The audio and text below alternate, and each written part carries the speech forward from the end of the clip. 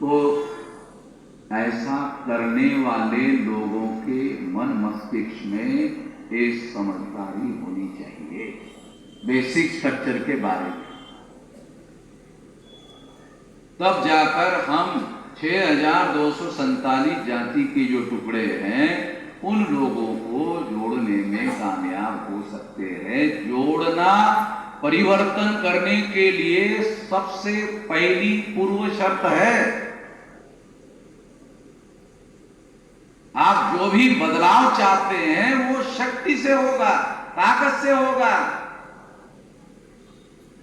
शक्ति और ताकत की वजह से रोक के रखा हुआ है परिवर्तन। तो आपके पास इसको काउंटर करने की शक्ति चाहिए। अगर आपके पास इसको काउंटर करने की शक्ति नहीं है तो आप और हमारे समाज के लोग ज्यादातर शक्ति वालों के सामने सरेंडर करते हैं। आपके पास शक्ति होगी तो आपके लोग आपके पास आएंगे, और इसके लिए आपको संगठित शक्ति के निर्माण पर ज्यादा जोर देना चाहिए।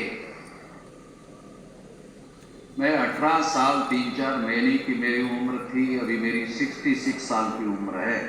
48 साल का लंबा समय संगठित शक्ति निर्माण करने के काम पर मैंने ये सारी जिंदगी खपा दी, बगैर सोचे समझे नहीं किया। ये सारी जिंदगी खपा दी तो 4.5 लाख लोगों का मोर्चा आरएसएस के हेडक्वार्टर पर लेके गए। हमारे समाज का SC ST OBC माइनॉरिटी का कोई संगठन ऐसा सोच भी नहीं पाया, करने की जोड़ो सोच भी नहीं पाया, ऐसा दिमाग में ला भी नहीं पाया। इधर करने धरने की तो बहुत दूर की बात है।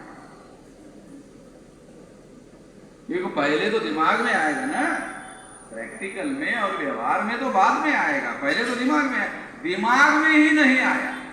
औकात होती है तो दिमाग में आता है, औकात ही नहीं होती तो घर दिमाग में आता है।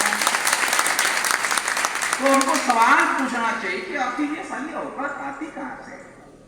तो संगठित शक्ति से औकात आती।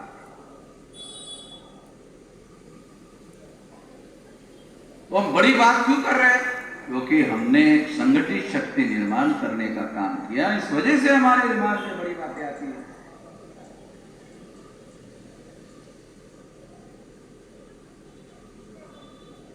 तो इसलिए मैं आपको ये मौलिक बात जो स्टूडेंट यूथ और बेरोजगार लोगों का जो ये अधिवेशन है, ये बात आपको समझना है कि संगठित शक्ति वो जिंदा तत्व है जो बदलाव लाने का काम करता है। हमारे पास संगठित शक्ति चाहिए।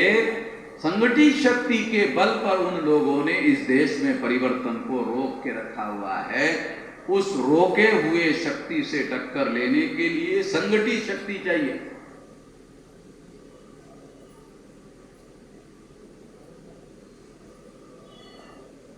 हमने मानसिक संगठन बनाया है मुलाजिम लोगों का, कर्मचारी लोगों का। हमारे समाज में SC ST OBC के जो लोग हैं उन लोगों के अंदर जो पढ़े लिखे लोग तैयार हो गए हैं, पढ़े लिखे लोगों को आधार बनाया। ज्योतिराव फुले ने जब संगठन बनाया तो क्राउड को आधार बनाया। बाबा साहब आंबेडकर ने संगठन बनाया तो उन्होंने क्राउड को आधार बनाया। काशीराम जी ने संगठन बनाया तो पढ़े लिखे लोगों को आधार बनाया। बगैर सोचे समझे नहीं होता है। काशीराम जी ने मामसेप बनाया, मामसेप BAMCEF, B for backward, backward में SC ST OBC, and A for and, M for minorities, C for community, D for employees, F for federation. Employees लोगों का, पढ़े लिखे लोगों का संगठन बनाया। क्यों बनाया?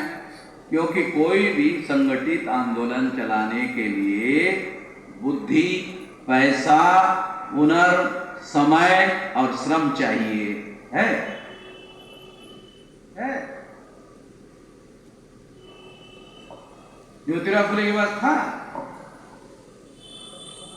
बाबा साहब अम्बेडकर के समय में था। उन्होंने कोशिश किया, परिणामता 26 जनवरी 1950 को जब संविधान लागू हुआ तो सार्वत्रिक एजुकेशन हो गया और काशीराम जी 25 साल के बाद फिर वंशज बनाने में कामयाब हो गए। 26 जनवरी 1950, 6 दिसंबर 78, 28 साल लगा पढ़े लिखे लोगों को पैदा होने के लिए। कैलकुलेटर बता रहा हूं, ऐसी वही बातें नहीं है। तब जाकर के वंशज बना, पढ़े लिखे लोगों का संगठन बना। तो किसी भी आंदोलन को चलाने के लिए बुद्धि चाहिए, पैसा चाहिए, हुनर चाहिए, समय चाहिए, श्रम चाहिए, ये 5 साधन चाहिए। एक क्राउड के पास नहीं होता है और इसलिए क्राउड बहुत बड़े पैमाने पर जो परिवर्तन का काम है वो नहीं कर पाता है। तो इसलिए पढ़े लिखे लोगों का निर्माण हुआ, तो पढ़े लिखे लोगों का संगठन निर्माण किया गया और पढ़े लिखे लोगों के पास ये 5 साधन है। तो ये 5 साधन को संगठित शक्ति को आगे बढ़ाने के लिए, चलाने के लिए मानसिक संगठन बनाया गया। आज मानसिक संगठन 32 स्टेट में 567 जिलों में फैला हुआ है।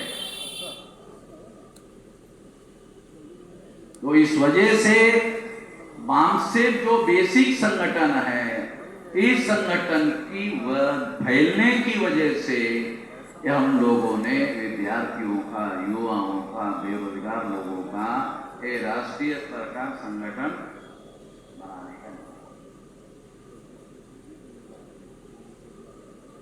इस आधार पर, ये बेसिक जो आधार है मानसिक का, उसके आधार पर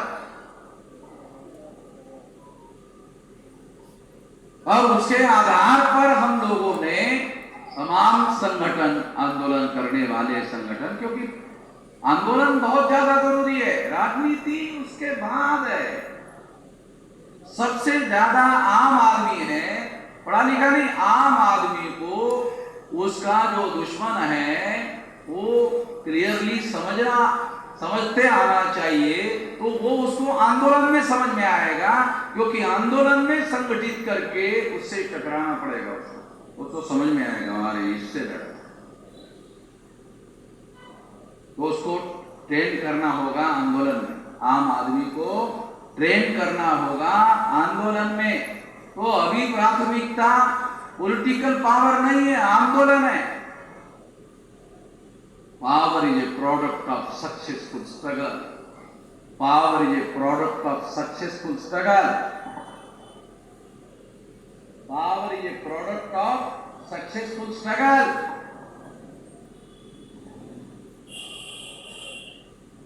गांधी ने, नेहरू ने आजादी का आंदोलन ये ब्राह्मणों का चलाया तो ब्राह्मण प्रधानमंत्री बना। 15 अगस्त 47 मिला ना आपको पावर। अगर हम इसी तरह से 6 लाख गांव का आंदोलन खड़ा करते, 6 लाख गांव का आंदोलन खड़ा करते हैं, तो 6 लाख गांव का आंदोलन खड़ा करने का हमारा प्लान 2030 तक हमारा 6 लाख गांव का आंदोलन खड़ा होना चाहिए और 6 लाख गांव के लोगों को हमको सड़कों पर उतारते आना चाहिए। 6 लाख गांव के लोगों को अगर हमने सड़कों पर उतारा तो हमारा आंदोलन नहीं रहेगा, जन आंदोलन हो जाएगा। और अगर जन आंदोलन हो जाएगा तो आप लोगों को रिजल्ट में पावर मिलेगा, एमपी बनने में मिलेगा, और पीएम बनने से नहीं मिला। एमपी क्या पीएम बनने से नहीं मिला।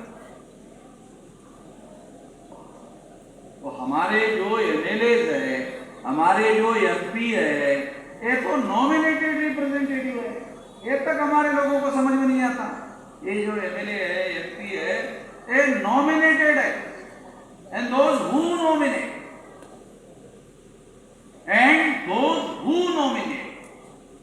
जिन्होंने उनको नॉमिनेट किया उनके पास पावर है, जिनको नॉमिनेट किया उसके पास नहीं है। जिन्होंने नॉमिनेट किया उनके पास पावर है। तो जब हमको बेसिक कॉन्सेप्ट ही समझ में नहीं आती तो हम क्या कर लेंगे? बातें बेसिक हमको समझना होगा, बुनियादी बातें समझना होगा। वो ना समझने की वजह से हम लोग पिछड़क बने रहते हैं, ना समझने की वजह से पिछड़क बने रहते हैं।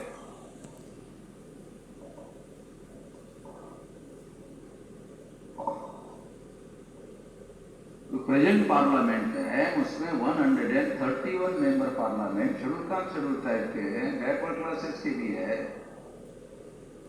अमित शाह ने पार्लियामेंट में कहा 29% ओबीसी के लोग हैं, ऐसा पार्लियामेंट में कहा।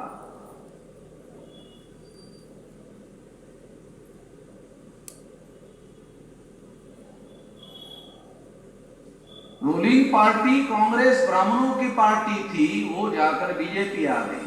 बीजेपी भी ब्राह्मणों की, वो एक ब्राह्मण की पार्टी जाती है तो दूसरे ब्राह्मण की पार्टी आती है, दूसरे ब्राह्मण की पार्टी जाती है तो पहले ब्राह्मण की पार्टी आती है।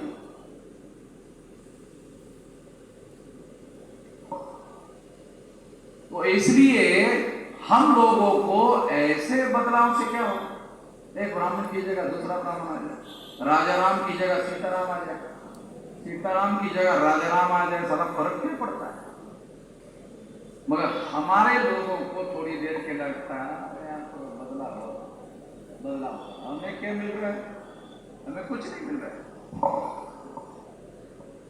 तो राजाराम की जगह सीताराम आ गया, सीताराम की जगह राजाराम आ जाता है, राजाराम आ जाए या सीताराम आ जाए, हमें तो कोई फर्क पड़ता नहीं है।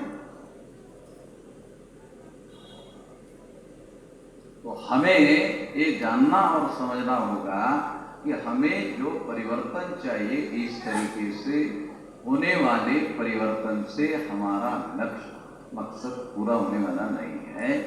इसके लिए विद्यार्थियों को, युवाओं को, बेरोजगार लोगों को पहले दिमागी रूप से तैयार होना चाहिए।